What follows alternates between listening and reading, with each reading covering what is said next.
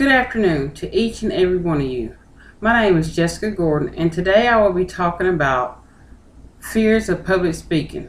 I would like to first start off by asking a couple of questions. First, how many of you like snakes? Let me see a show of hands.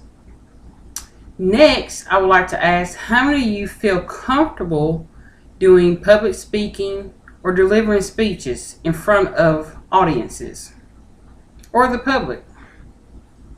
Well, for me, I don't like either. However, I am trying to work on becoming comfortable with one of them in order to grow in my career. I made the choice several years ago to continue my education and return to college as an adult learner. While I've had my reservations, everything so far has seemed to be going pretty well. Until I found out a couple of weeks ago I had to take a public speaking class. Other than snakes, as I said earlier, this is one of my greatest fears.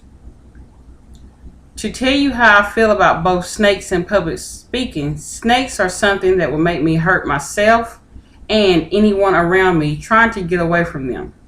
I don't even like looking at them from a distance.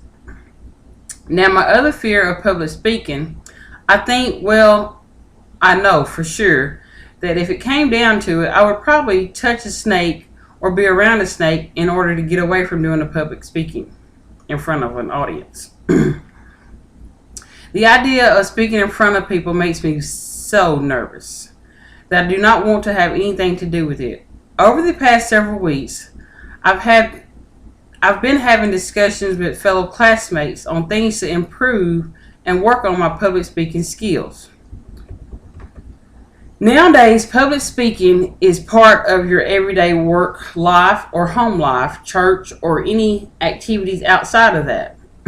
Things such as speeches at conferences, meetings, parent-teacher conferences with teachers, speaking in church, just speaking out in public anywhere. A speech is one of the most effective ways to express things publicly.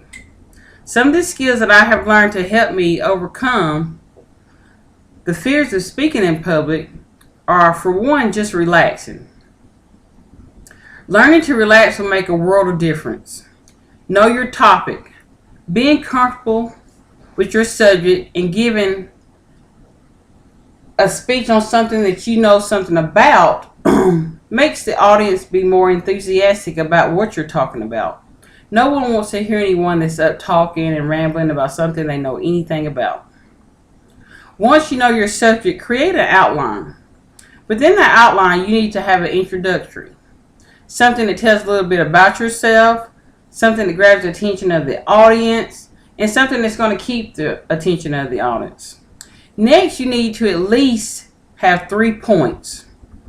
Those points need to be something that you're going to be talking about that are informational to the audience. When you have too many points, then the audience seems to become dead and don't want to hear what you're saying. So if you pick out 3 major points that are things that need to be said and it's important to the subject, that helps a lot. And lastly, you need to have a strong conclusion. Once you have all that done, now the focus goes to the public. Don't wait to the last minute. You need to be able to practice as much as possible. Practice, practice, practice. In closing, I would like to say public speaking can be a difficult thing to many, and it can be a breeze for others. It is very important and crucial to grab the attention of the audience at the very beginning, and it's also crucial to try and hold the attention throughout the speech. Just remember that an effective speech is well researched, well organized, and presented with attention to delivery. Oftentimes, you can use visual aids and props to help a speaker get the purpose across to the audience. You want to make sure that those visual aids and props do not take away from the speech in general. Don't overdo it. Prepare well and know what you're going to say. Again, practice, practice, and more practice. Do not read from notes like I just did.